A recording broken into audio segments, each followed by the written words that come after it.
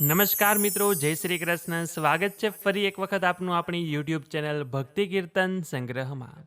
મિત્રો, વૈશાખ સુદ ત્રીજ એટલે કે અક્ષય તૃતીયા, અખાત્રીજ, કે જે દિવસનું આપણા ધર્મમાં ખૂબ જ મહત્વ બતાવવામાં આવ્યું છે.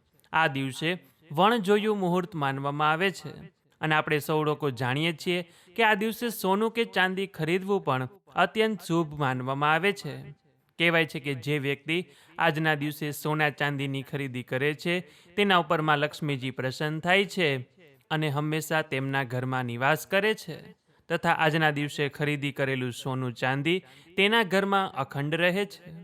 પરંતુ આજના સમયમાં જોવા જઈએ તો સોના ચાંદીના ભાવ ખૂબ જ વધી ગયા છે કે જેની અખાત્રીજ ઉપર ખરીદી કરવી એ દરેક લોકો માટે શક્ય નથી.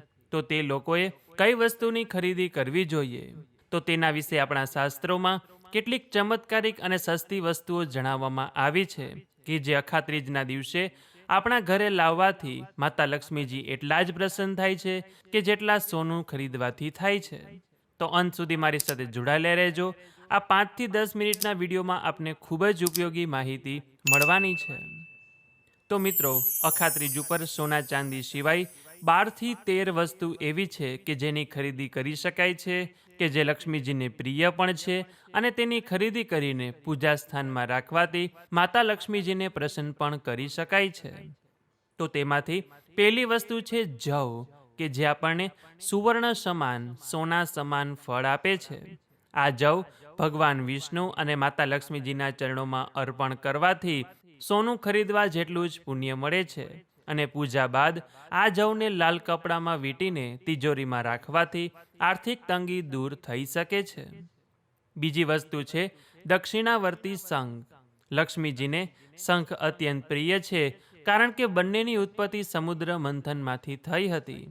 એટલે અખાત્રીજના દિવસે દક્ષિણાવર્તી શંખ ઘરે લાવી તેની પૂજા કરવાથી ઘરમાંથી નકારાત્મક ઉર્જા દૂર થાય છે અને માતા લક્ષ્મીનો સ્થિર વાસ થાય છે. એ પછી ત્રીજી વસ્તુ છે કમળ કાકડીની માળા. કહેવાય છે કે માતા લક્ષ્મીજી કમળ પર બિરાજમાન છે અને અખાત્રીજ ઉપર કમળ કાકડીની માળા ખરીદીને તેનાથી ઓમ શ્રીમ રીમ શ્રીમ કમલે કમલાલયે પ્રસિદ્ધ પ્રસિદ્ધ શ્રીમ રીમ શ્રીમ ઓમ મહાલક્ષ્મી નમઃ આ મંત્રનો જાપ કરવાથી અટકેલા નાણાં પાછા મળે છે અને દેવામાંથી મુક્તિ મળે છે. અથવા તો બીજો કોઈ પણ લક્ષ્મી માતાનો મંત્ર જાપ કરી શકાય છે. એ પછી ચોથી વસ્તુ છે કોડી. તો કે જૂના જમાનામાં કોડીનો ઉપયોગ ચલણ તરીકે થતો હતો અને એટલા માટે તે લક્ષ્મીજીનું પ્રતીક માનવામાં આવે છે.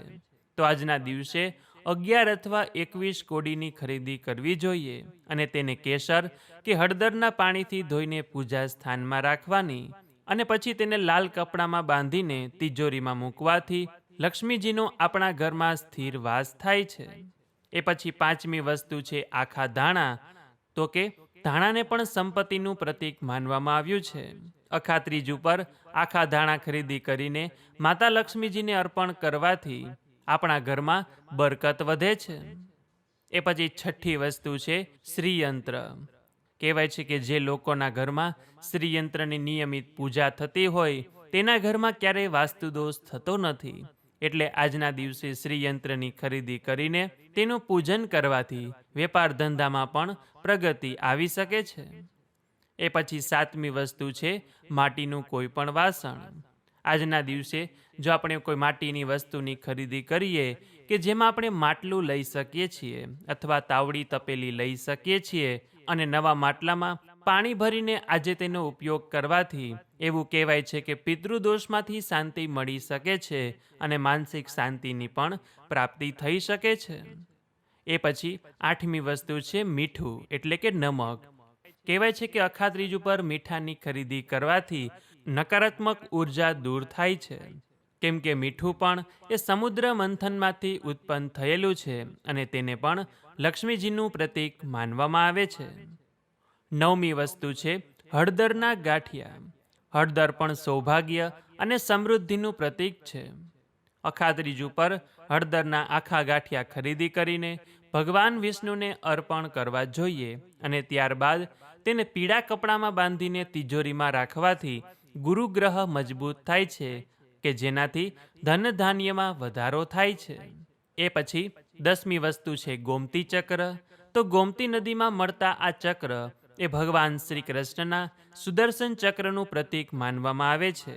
જો ગોમતી ચક્રની ખરીદી કરીને તેનું પૂજન કરવામાં આવે છે તો કહેવાય છે કે ઘરના સભ્યોનું સ્વાસ્થ્ય સારું રહે છે અને અચાનક આવતી મુસીબતો પણ ટળે છે.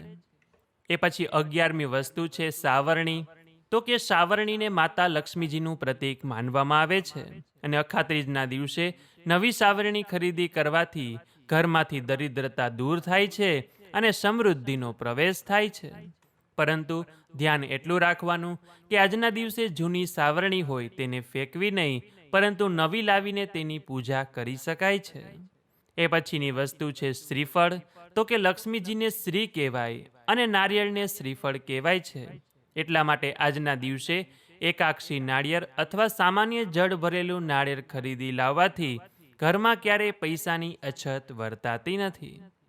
એટલે આવી રીતે સોના ચાંદી સિવાય આપણે અનેક એવી વસ્તુની ખરીદી કરી શકીએ છીએ કે જેનાથી પણ માતા લક્ષ્મીજી પ્રસન્ન થાય છે.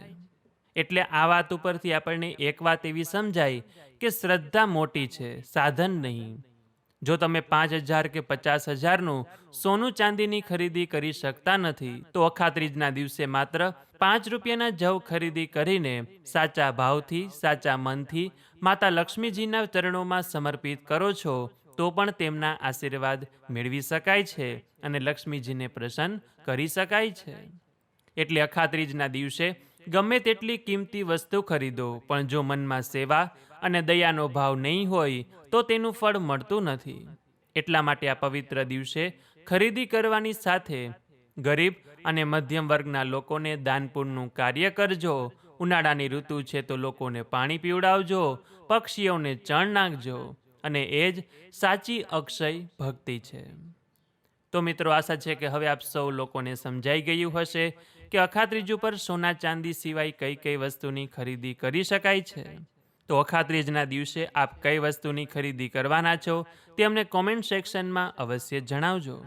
તો આ વિડીયોમાંથી નવું જાણવા શીખવા મળ્યું હોય તો વિડીયોને લાઇક કરી તમારા મિત્રોને મોકલી અમારી ચેનલમાં નવા હોય તો સબસ્ક્રાઇબ કરવાનું ભૂલતા નહીં કે જેથી આવનાર અવનવા વિડીયો આપ સૌને મળતા રહે. તો આ સાથે હવે મને રજા આપો, મળીશું ફરીથી એક નવા વિડીયોમાં.